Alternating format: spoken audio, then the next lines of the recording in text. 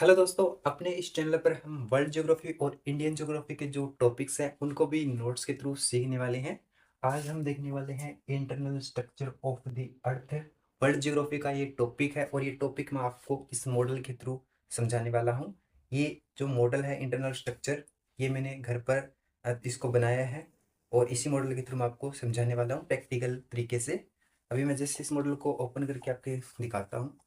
तो ये आप देखो, इस प्रकार का ये अंदर से स्ट्रक्चर देखने को मिलता है हमें अर्थ का। ये देखो आप, और इनके अंदर आप देखोगे तो आपको जो लेयर है, हमारी क्रस्ट है, मेंटिल है, कोर है, वो लेयर्स आपको देखने को मिलेगी। तो ये जो इसका ये सेकंड वाला पार्ट आप देख रहे हो हाफ, ये तो ये मैंने जो तैयार नहीं किया, सिर्फ इस एक पार्ट से हम सीखने वाले हैं। तो ये मॉडल के थ्रू टॉपिक हम सीखने वाले हैं अच्छे तरीके से।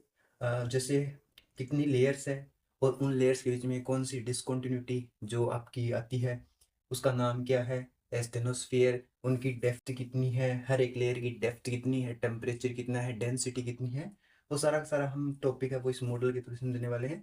ये तैयार मैंने सिर्फ और सिर्फ इस टॉपिक के लिए अपने घर पर बनाया इस मॉडल को, सीमेंट का यूज़ करके। और इस मॉडल को मैं आपको दिखाना चाहूँ तो इसके अंदर जो हमारी कोर है उसको निकाल सकते हैं। जैसे ये कोर मैंने निकाल दिया आपके लिए, देखो ठीक है। अंदर से इस प्रकार से आउटर कोर जो है, कोर को दो भागों में डिवाइड करते हैं हम। आउटर कोर को भी इस प्रकार से निकाल दिया। इसी प्रकार से हम इसको मेंटल जो अंदर वाला ये आप देख रहे हो इसको भी निकाल सकते हैं। और अपनी जो ये क्रस्ट है, ये क्रस्ट जो है ऊपर वाली क्रस्ट, इसको भी बाहर निकाल सकते हैं। ये मेंटल जो है, अपर मेंटल लोअर मेंटल, इसको बाहर निकाल सकते हैं। ठीक है, ये इनर कोर हो गया। तो इस प्रकार से ये मॉडल है। आप देखोगे तो ये अगर मैं इसको ऐसे काट दूँ, इसको चाकू की हेल्प से अगर इसको ऐसे काट कर बाहर निकालूं तो इस प्रकार का ये आपको देखने को मिलेगा। तो इस प्रकार से यहाँ पर मैंने इसको बना रखा है। एक एक लेयर्स को हम डिस्कस करेंगे और अच्छे से सीखने वाले हैं। कौन सी लेयर्स, किस दोनों लेयर्स के बीच में जो डिसकंटिन्यूटी है वो कौन सी है, उसका नाम क्या है। ये जो है पेपर, ये प्रश्न जो आपके एग्जाम के अंदर आते हैं, आपका जीएस जीके के तो अंदर आते ही आता है, यूजीसी के अंदर भी इससे प्रश्न आते हैं। दो लेयर्स के बीच में कौन सी डिसकंटिन्यूटी है, ऑप्शन दिए जाते हैं उनको, वो हम अभी देख क्लियर करेंगे। आप देखो, इस वीडियो का एंड तक मेरे साथ देखना और एक एक चीज़ को हम अच्छे से सीखने वाले हैं। ठीक है, मॉडल का यूज़ भी करेंगे। तो स्टार्ट करते हैं हम यहाँ से अपना topic. Internal structure of the earth यानी कि पृथ्वी की आंतरिक संरचना। देखो दो चीजें होती है, एक होता है इंटीरियर ऑफ द अर्थ और एक होता है internal structure of the earth. इसमें डिफरेंस होता है, आपको ये सुनने में एक जैसे लगेंगे, इंटीरियर ऑफ द अर्थ और internal structure of the earth. इनके अंदर डिफरेंस क्या है। इंटीरियर ऑफ द अर्थ का मतलब होता है पृथ्वी का आंतरिक भाग। इसके अंदर हम क्या करते हैं, इसके अंदर ये जो आप इंटीरियर ऑफ द अर्थ, ये जो शब्द है ये व्यापक शब्द है। इसके अंदर जो है पृथ्वी की जो संरचना है, ये जो लेयर्स है, क्रस्ट, मेंटल, कोर, इन लेयर्स का तो अध्ययन किया ही किया जाता है। और इन लेयर्स का अध्ययन जब टेम्परेचर, डेंसिटी और जो आपका ये सेस्मिक वेव्स होती हैं, भूकंपीय तरंगे, उनका भी अध्ययन किया जाता है। यानी कि मैं सिंपल तरीके से बताऊं आपको, तो इंटीरियर ऑफ द अर्थ है, उसके अंदर पृथ्वी की जो अंदर की बनावट है उसका पूरा का पूरा है वो इंफॉर्मेशन ली जाती है, गहराई के साथ उसका अध्ययन किया जाता है। एक एक चीज को, एक एक पॉइंट्स को है वो अच्छे से देखा जाता है इसके अंदर, इंटीरियर ऑफ द अर्थ में। वहीं internal structure of the earth है वो एक विशेष विषय है, मतलब एक सीमित शब्द है, विशेष विषय के लिए यूज किया जाता है, इसका प्रयोग होता है। इंटरनल स्ट्रक्चर के अंदर हम क्या करते हैं, ये जो लेयर्स हमारी क्रस्ट होगी, मेंटल होगी, कोर होगी, इनकी संरचना कैसी है और इनकी व्यवस्था कैसी है, बस इतना ही इसके अंदर हम देखते हैं। यानी कि सीमित है, सीमित ही पढ़ते हैं। इसके अंदर हम अपनी जो ये लेयर्स है, परतें जो है, क्रस्ट, मेंटल, कोर, इनका ही अध्ययन करते हैं, इनकी बनावट और इनकी व्यवस्था कैसी है, बस इतना ही अध्ययन किया जाता है। लेकिन इंटीरियर के अंदर आपकी सेस्मिक वेव्स को ध्यान में रखा जाता है, टेम्परेचर, डेंसिटी, सबको। ठीक है, तो इंटरनल स्ट्रक्चर और इंटीरियर के अंदर आपको कंफ्यूज नहीं होना, दोनों अलग अलग चीजें हैं। अब हम यहाँ से एक एक टॉपिक्स को वो डिस्कस करते हैं। ठीक है, पहले ये मॉडल्स है, ये डायग्राम्स इसी तरीके से आप देखो बनाया गया है। इसके अंदर सबसे पहले हम देखते हैं अपनी डेप्थ, गहराई। तो आपका अर्थ जो है, हमारा अर्थ, इसका जो रेडियस है यानी कि इसकी त्रिज्या है वो 6371 किलोमीटर है, ऊपरी ऊपरी भूमि से लेकर। यानी कि यहाँ क्रस्ट से ऊपरी जो ये पार्ट है ऊपर वाला, ये वाला जो ऊपर है, यहाँ से लेकर और इसके जो कोर है, इनर जो कोर आप देख रहे हो, इसका जो सेंटर है, इस सेंटर तक जो आपकी रेडियस है वो कितनी है, 6371 किलोमीटर है। जीरो से ऊपर, जीरो से स्टार्ट करेंगे हम, जीरो से लेकर केंद्र तक सेंटर में 6371 किलोमीटर टोटल इसकी रेडियस है। अब देखो, यहाँ सबसे पहले आपकी क्रस्ट है, उसके बाद मेंटल है, उसके बाद कोर है। तीन लेयर्स के अंदर हमने इसको मोटा मोटा बांट रखा है, विभाजित कर रखा है, इसको डिवाइड कर रखा है, एक क्रस्ट, मेंटल और डेप्थ। अब हम हर एक लेयर्स का देखेंगे, उसकी डेप्थ देखेंगे, उसका डेंसिटी देखेंगे, उसका टेम्परेचर देखेंगे, और उन जो आपकी लेयर्स जो परतें हैं, उन परतों को जो दो भागों में बांटा गया है सभी परतों को, जैसे अपर मेंटल, लोअर मेंटल, आपकी upper crust, lower crust, outer core, inner core, इनके बीच में डिसकंटिन्यूटी है वो पाई जाती है। डिसकंटिन्यूटी का मतलब होता है, हिंदी के अंदर इसको असततता कहते हैं। मतलब जब दो जो लेयर्स है उनके बीच में जब गैप होता है, ठीक है, वो होता है डिसकंटिन्यूटी। जैसे मैं इसको निकालूंगा तो इनके बीच में गैप है, तभी तो ये निकल रही है ना, इनके बीच में गैप है तभी तो निकल रही है। इसी प्रकार से मेंटल को अगर मैं इसको यहाँ से निकालूंगा तो ये निकल जाएगा, यानी इनके बीच में गैप है तभी तो ये निकल पा रही है। इसी प्रकार से है जो हमारी अर्थ की जो परतें हैं, इनके बीच में भी गैप है वो पाया जाता है, तभी जो हमारी क्रस्ट है वो जो है तैर पाती है एस्टेनोस्फेयर पर। ठीक है, ये आपकी होगी क्रस्ट। ऊपर वाली देखो, क्रस्ट की जो डेप्थ है, क्रस्ट की जो डेप्थ है वो आपकी 0 से लेकर 100 किलोमीटर तक है।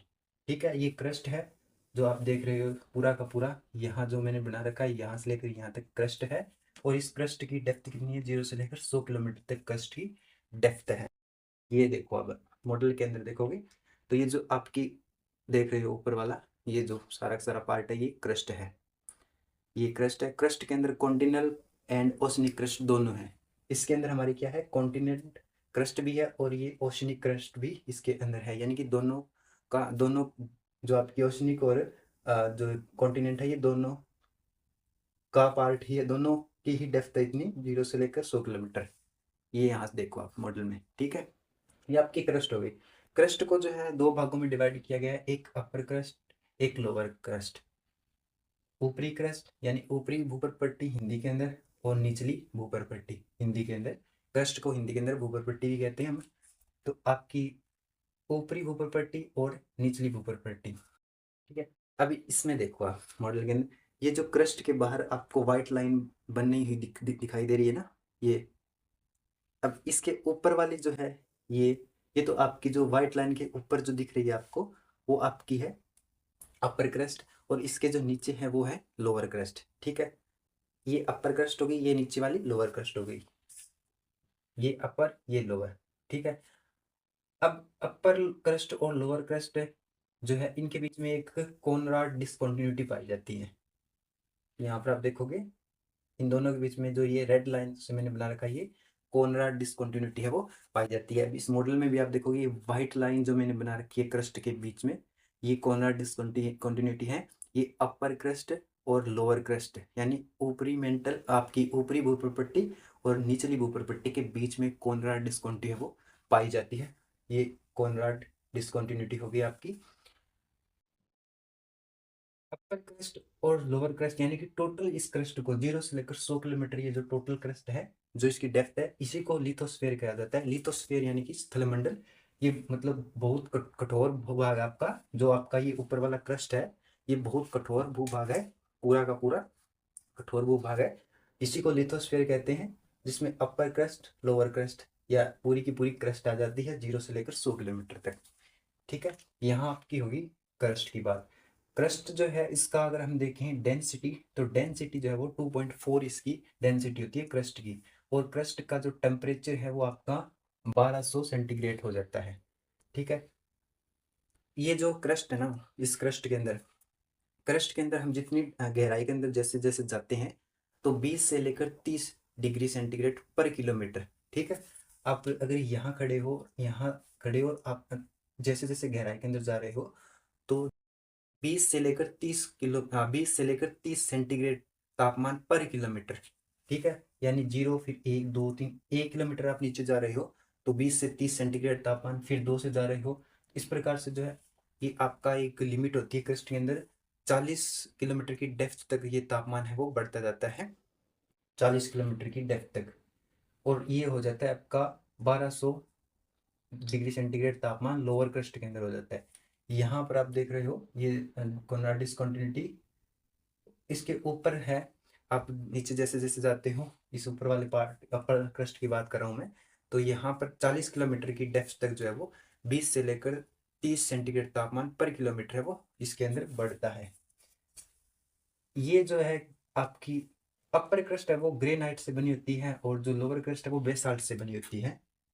ये ग्रेनाइट, ये बेसाल्ट, अपर क्रस्ट ग्रेनाइट से, लोअर क्रस्ट बेसाल्ट से, और टेम्परेचर 1200 सेंटीग्रेड।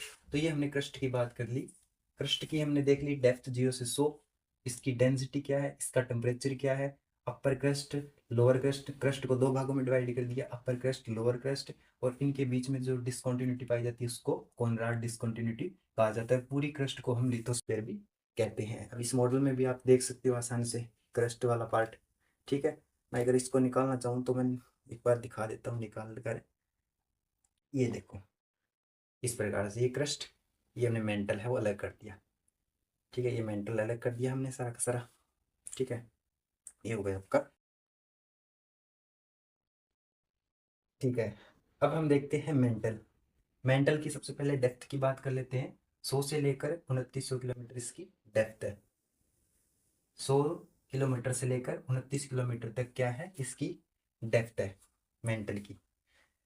ठीक है, अभी मैं इस मॉडल के थ्रू भी आपको एक बार फिर से अच्छे से समझा देता हूँ। ठीक, ये आपका देखो, ये अभी क्रस्ट की बात कर रहे थे, अब हमारा क्या है मेंटल शुरू हो चुका है। ये पूरा का पूरा जो आप देख रहे हो ना भाग, जिसके अंदर रेड और ये ब्लू वाला, ये पूरा पूरा क्या है मेंटल है। तो हमारा मेंटल है वो स्टार्ट हो चुका है। मेंटल जो है वो आपका 100 से लेकर 2900 किलोमीटर तक है वो डेप्थ, गहराई इसकी मेंटल की। अब जो मेंटल है इसको भी दो भागों में डिवाइड किया गया है। मेंटल को भी कितने भागों में डिवाइड किया है, दो में। जैसे कि क्रस्ट को दो भागों में किया था, अपर क्रस्ट लोअर क्रस्ट, वैसे ही मेंटल को दो भागों में, एक अपर मेंटल और एक लोअर मेंटल है वो डिवाइड किया गया है। इसमें भी आप देख सकते हो, ये आपका जो पूरा मेंटल है इसमें अपर मेंटल है और यहाँ पर आपकी लोअर मेंटल है। ये जो ग्रीन आपकी ये जो ब्लू वाला जो कलर है वो आपका लोअर मेंटल को रिप्रेजेंट कर रहा है, रेड वाला अपर मेंटल को रिप्रेजेंट कर रहा है। ठीक है, ये मेंटल की बात होगी जिसके अंदर अपर मेंटल और लोअर मेंटल को डिवाइड कर दिया है दो भागों में। अब यहाँ पर अगर आप देख रहे हो तो अपर मेंटल का जो देखो, यहाँ अपर मेंटल है, अपर मेंटल के ऊपर जो आप देख रहे हो एस्थेनोस्फेयर, एक पतली पट्टी, इसकी कितनी डेप्थ होती है, जीरो आपकी 100 से लेकर 200 किलोमीटर। यहाँ पर देखो 100 से लेकर ये 200 किलोमीटर की एक पतली डेप्थ मान लो, यानी गहराई है इसकी 100 से लेकर 200 किलोमीटर इसकी गहराई है। तो टोटल इसकी गहराई कितनी हुई, टोटल गहराई 100 होगी ना। तो 100 किलोमीटर की ये मतलब एक पतली परत आप मानो, जिसको क्या कहते हैं एस्थेनोस्फेयर कहते हैं। और ये जो एस्थेनोस्फेयर आपकी ये अपर मेंटल का ही पार्ट है। अब इस मॉडल में आप देखो, ये जो आपकी अपर मेंटल है, इस अपर मेंटल का ये बीच वाला पार्ट आप देख रहे हो भाग, इसी ये जो खाली खाली आपको दिख रहा है ये आप एस्थेनोस्फेयर समझ लो, ये एस्थेनोस्फेयर ही है। इसी ये जो एस्थेनोस्फेयर वाला जो आपकी जो एक पूरा का पूरा जो ये क्षेत्र है, ये जो जोन है एस्टेनोस्फेयर का 100 से लेकर 200 किलोमीटर की गहराई तक, यानी कि टोटल इसकी गहराई 100 किलोमीटर होगी ना।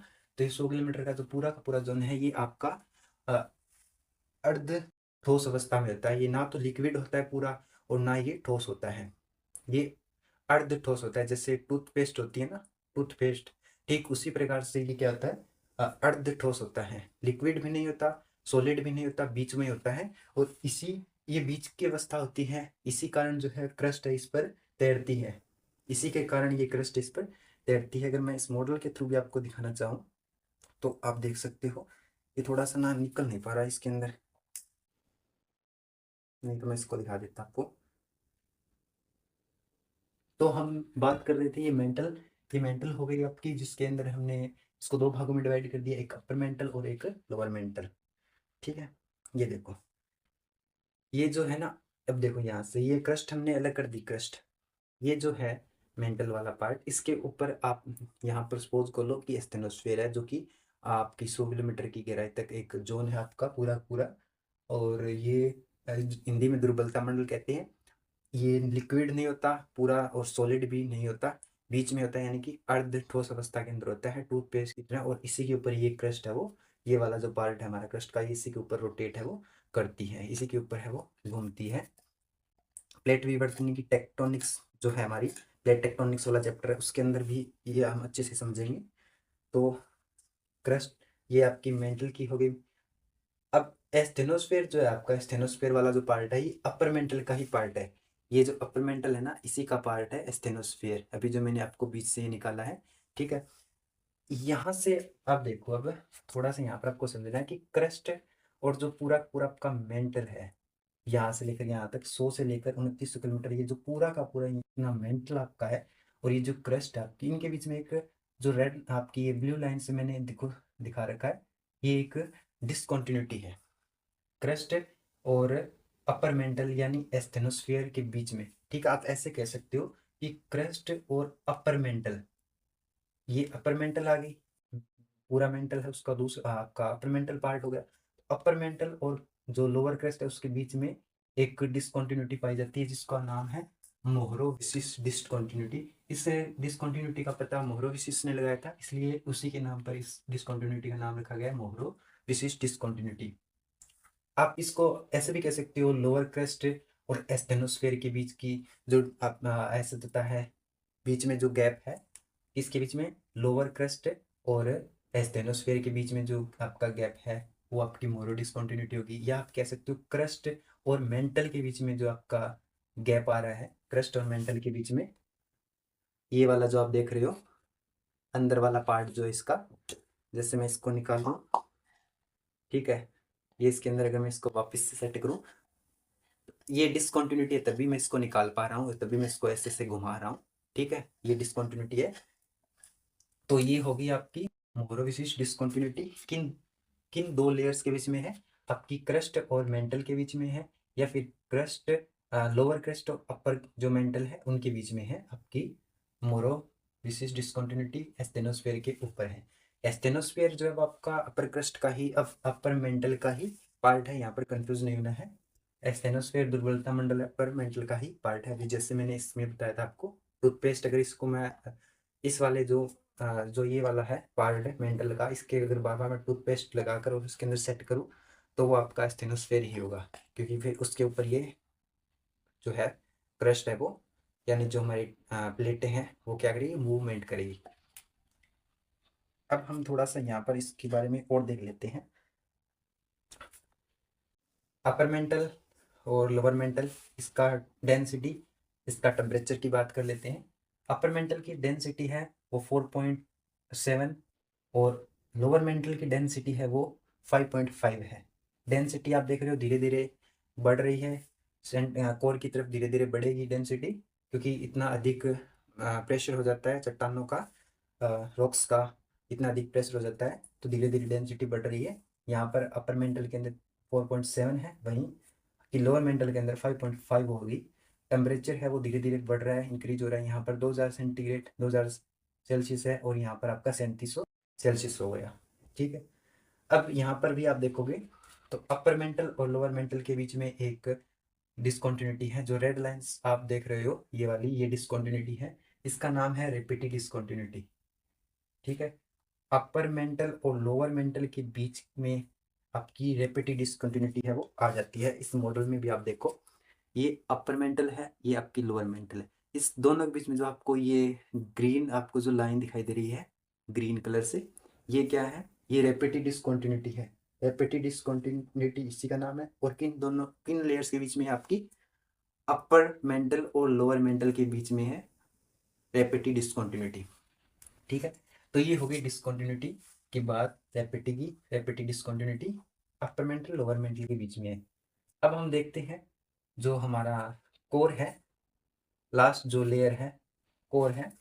कोर जो है वो आप देखोगे 2900 किलोमीटर से लेकर 6371 किलोमीटर तक है, ये वाला पार्ट।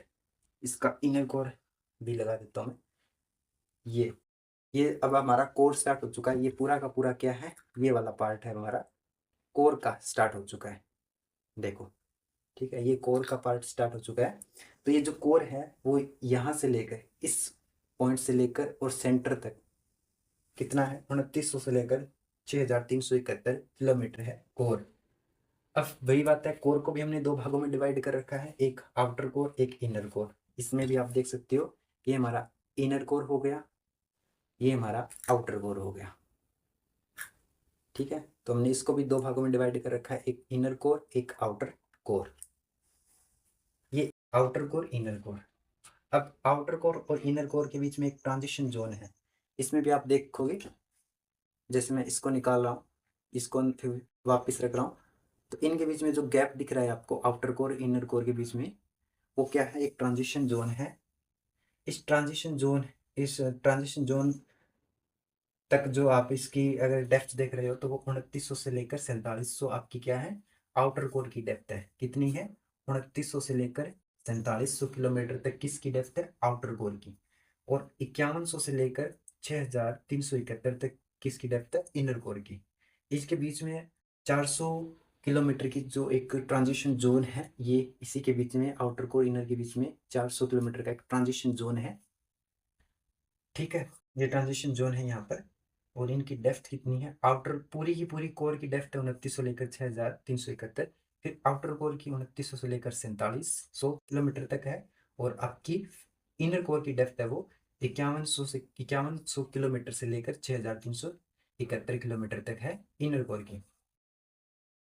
अब इनके अंदर देख लेते हैं, हम डेंसिटी भी बात कर लेते हैं, टेम्परेचर की भी बात कर लेते हैं। क्या है, आउटर कोर है, उसकी डेंसिटी देखोगे तो 12 है, क्योंकि डेंसिटी है वो धीरे धीरे बढ़ेगी, प्रेशर अधिक हो रहा है चट्टानों का, इस कारण से तो इसकी डेंसिटी है वो 12 हो जाती है। इनर कोर की डेंसिटी है वो 17 हो जाती है, 17 है, 11 नहीं है, 17 है ये।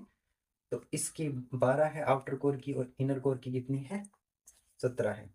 टेम्परेचर की बात करें तो टेम्परेचर है वो आप देखोगे तो यहाँ पर 4500 सेंटीग्रेड टेम्परेचर हो जाता है इनर कोर के अंदर। और इनर कोर है वो सॉलिड, आपकी सॉलिड स्टेट के अंदर है, सॉलिड स्टेज के अंदर है, यानी कि ठोस अवस्था के अंदर है। और आउटर कोर है वो लिक्विड अवस्था के अंदर है। ये द्रव अवस्था के अंदर है, लिक्विड स्टेज के अंदर है, ये सॉलिड स्टेज यानी कि ठोस अवस्था के अंदर है। अब इसका क्या रीजन है कि ये सॉलिड है और ये लिक्विड है। यहाँ टेम्परेचर की बात करें तो 4500 सेंटीग्रेड टेम्परेचर है, इतने टेम्परेचर पर तो इसको भी लिक्विड होना चाहिए था। यहाँ की जो मेटल है निकल, आपकी जो फेरस, मतलब जो लोहा है और जो निकल है, निफे से बनी होती है, ये वाला पार्ट आपको पता है, निफे से बना होता है, यानी कि निकल और फेरस है। तो ये जो मेटल है लोहे की, तो ये इतने टेम्परेचर पर तो यहाँ पर पिघलनी थी, सॉलिड नहीं होनी थी, ये बीच आपका लिक्विड स्टेज के अंदर होना था, सॉलिड के अंदर क्यों है। इसका रीजन आप देखोगे तो इसका रीजन है कि इतना अधिक इसका इतना अधिक दबाव पड़ता है कोर पर, इनर कोर पर, कि यहाँ का जो चट्टाने हैं या जो खनिज है, धातु है मेटल की, निकल फेरस है, चट्टानी निकल फेरस जो है वो पूरा का पूरा सॉलिड अवस्था के अंदर है। अब देखोगे आप कोर कितना का है, कोर आप देखो सिर्फ इतना ही है। और इस सारी उस पूरी अर्थ का क्या है, इस पर डेंसिटी है वो, दबाव है वो पड़ रहा है। तो इस कारण क्या है, टेम्परेचर यहाँ पर हालांकि 4500 सेंटीग्रेड है, लेकिन इतना अधिक दबाव है, इतना अधिक प्रेशर है कि ये जो इनर कोर है, इनर कोर जो है ये पूरा का पूरा सॉलिड स्टेज के अंदर है। ठीक है, यानी कि ठोस अवस्था के अंदर है, क्योंकि प्रेशर इतना अधिक है, टेम्परेचर है इतना 4500 सेंटीग्रेड, लेकिन टेम्परेचर से अधिक प्रेशर है, बहुत अधिक दबाव है पूरी पूरी अर्थ का इस कोर के इनर कोर पर। इस कारण यहाँ का जो मेटल है, जो धातु है, जो चट्टाने हैं, वो सॉलिड अवस्था के अंदर है। इसके अपेक्षा जो आपका आउटर कोर है, इस पर इतना जो है वो प्रेशर नहीं है आउटर कोर पर, इस कारण से यहाँ की जो चट्टानी है वो लिक्विड स्टेज के अंदर है, सॉलिड स्टेज आपकी ये द्रव अवस्था के अंदर है। और इसका इनर कोर के मुकाबले, इनर कोर की अपेक्षा इसका टेम्परेचर भी क्या है, कम है। इस कारण से ये आपकी लिक्विड स्टेज के अंदर है और इनर कोर है सॉलिड स्टेज के अंदर है। तो ये आपका है इंटरनल स्ट्रक्चर मॉडल और internal structure of the earth, यानी कि पृथ्वी का आंतरिक भाग, जो चट्टानी है उनकी व्यवस्था कैसे है, व्यवस्था कैसी हुई है और इनकी बनावट। ठीक है, तो ये हो गया हमारा मॉडल के थ्रू भी। अब हम देख लेते हैं इसके अंदर कुछ एक्स्ट्रा चीज़ें हैं। वैसे तो जो, हाँ एक चीज़ रह गई, मैं आपको बताना भूल गया अभी। जैसे हमने देखा कि हर एक लेयर्स के बीच में एक डिसकंटिन्यूटी आ रही है, जैसे क्रस्ट और मेंटल के बीच में हमने बात की थी मोरोविसिस डिसकंटिन्यूटी की, ठीक वैसे ही आपकी अपर मेंटल और लोअर मेंटल के बीच में रेपिड डिसकंटिन्यूटी बात की। ऐसे ही मेंटल और कोर के बीच में, ये पूरी की पूरी मेंटल है, उसके बाद पूरा पूरा कोर है, इनके बीच में भी ये डिसकंटिन्यूटी आप देख रहे हो, जिसको गुटेनबर्ग डिसकंटिन्यूटी कहते हैं। इसका पता है वो गुटेनबर्ग ने लगाया था, तो उसी के नाम पर इसको गुटेनबर्ग डिसकंटिन्यूटी कहते हैं।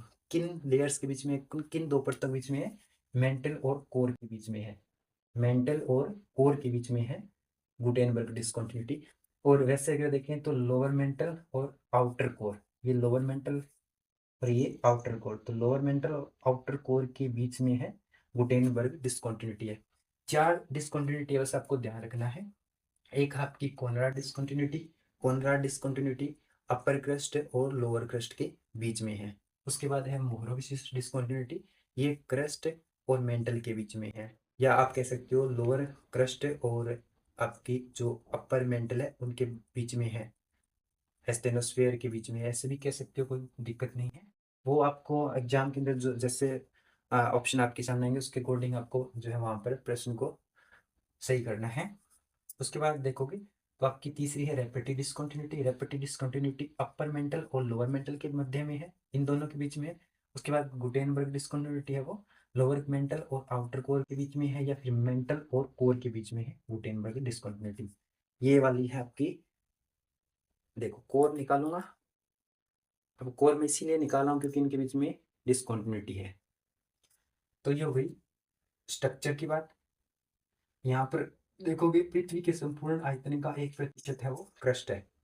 ये जो हमारी अर्थ है पूरी की पूरी, हमने भी बात की थी, ये जो अर्थ है, इस पूरी अर्थ का जो आयतन है उसका 1% है क्रस्ट है। क्रस्ट सिर्फ 1% पर ही है। डेप्थ भी 0 से 100 किलोमीटर है। पूरी संपूर्ण पूरी पृथ्वी के आयतन का सिर्फ 1% है हमारा क्रस्ट। 84% है वो मेंटल है। ये अब देखोगे आप, तो इसके अंदर जो आप देखोगे तो मेंटल वाला ये कितना बड़ा भाग है, कितना बड़ा पार्ट है मेंटल का, ये देखो पूरा का पूरा मेंटल है ना। ये तो क्रस्ट है। अब आप देखो क्रस्ट कितना पतला है, 1% है पूरी पूरे आयतन का। अगर मैं इसको निकाल देता हूँ कोर को, तो अब ये मेंटल वाला देखो कितना बड़ा पार्ट है मेंटल का, तो ये है 84%।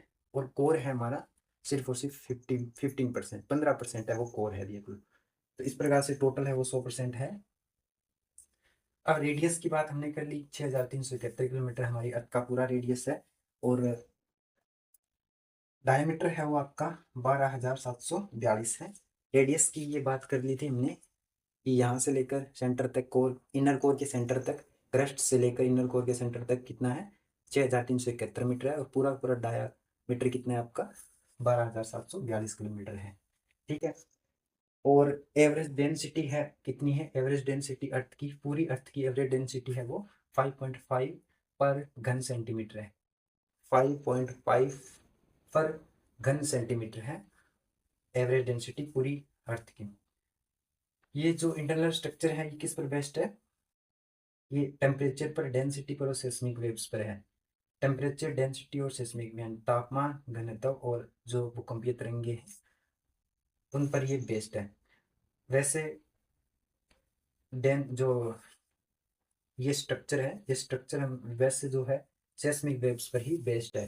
टेम्परेचर डेंसिटी पर जो इंटीरियर ऑफ द अर्थ, जो हमने अभी स्टार्टिंग के अंदर बात की थी, वो टेम्परेचर डेंसिटी पर पूरा पूरा बेस्ड है। सेस्मिक वेव्स पर हमने ये आपकी जो मेंटल और क्रस्ट है, इन जो इनके सब पार्ट्स हैं, अपर लोअर आउटर इनर, अपर फिर लोअर, सेस्मिक वेव्स पर ये बेस्ड है। तो ये टॉपिक है internal structure of the earth पूरा का पूरा, इतना ही टॉपिक है ये। और यहीं से प्रश्न आता है। प्रश्न इस प्रकार से आता है, दो लेयर्स के बीच में कौन सी डिसकंटिन्यूटी है, ये आपको ऐसे दे दिया जाएगा। गुटेनबर्ग डिसकंटिन्यूटी किन दो परतों के बीच में है, रेपिड डिसकंटिन्यूटी किन दो परतों के बीच में है। ठीक है, इस प्रकार से प्रश्न आते हैं इस टॉपिक से।